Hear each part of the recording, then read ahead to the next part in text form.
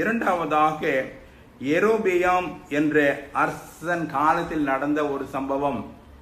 இதுவும் ஒரு வினோதமான விசித்திரமான சம்பவம் என்றால் அது உண்மைதான்.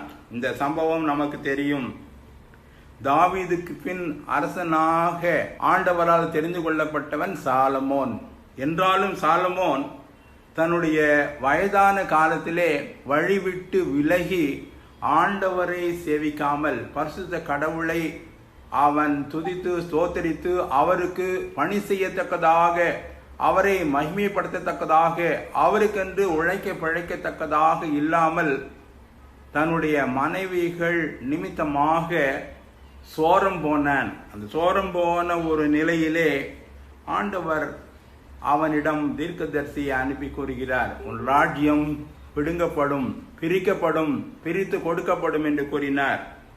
அவ்விதமாக பிரித்து கொடுக்கப்பட்ட நிலையிலே வந்த ஒரு அரசன் தான் யெரொபெயாம். இஸ்ரவேலுக்கான முதல் அரசன் இவன். மிக திட்டவட்டமாக அகியா தீர்க்கதரிசி இந்த யெரொபெயாமுக்கு கூறினார், யெரொபெயாமே, நீ கர்த்தருடைய கற்பனைகளையும் கட்டளைகளையும் கை கொண்டு நீ செம்மையானதை செய்தால் நிலையான வீட்டை உனக்கு கட்டுவேன் என்று கூறினார்.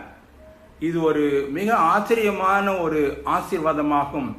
தாவீதுக்கு கூறிய கட்டளையை போலவே 1 ராஜாக்கள் 11ஆம் அதிகாரம் 36ஆம் வசனத்திலே கூறப்பட்டுள்ளது, யெரொபெயாமே, நீ கர்த்தருடைய கட்டளைகளையும் கற்பனைகளையும் கை கொண்டு செம்மையானதை செய்தால் நிலையான வீட்டை உனக்கு கட்டுவேன் என்றார்.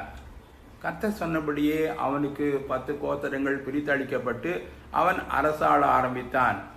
என்றாலும் அவன் ஒரு வீழ்ச்சியடைந்த நிலையிலே தள்ளப்பட்டான்.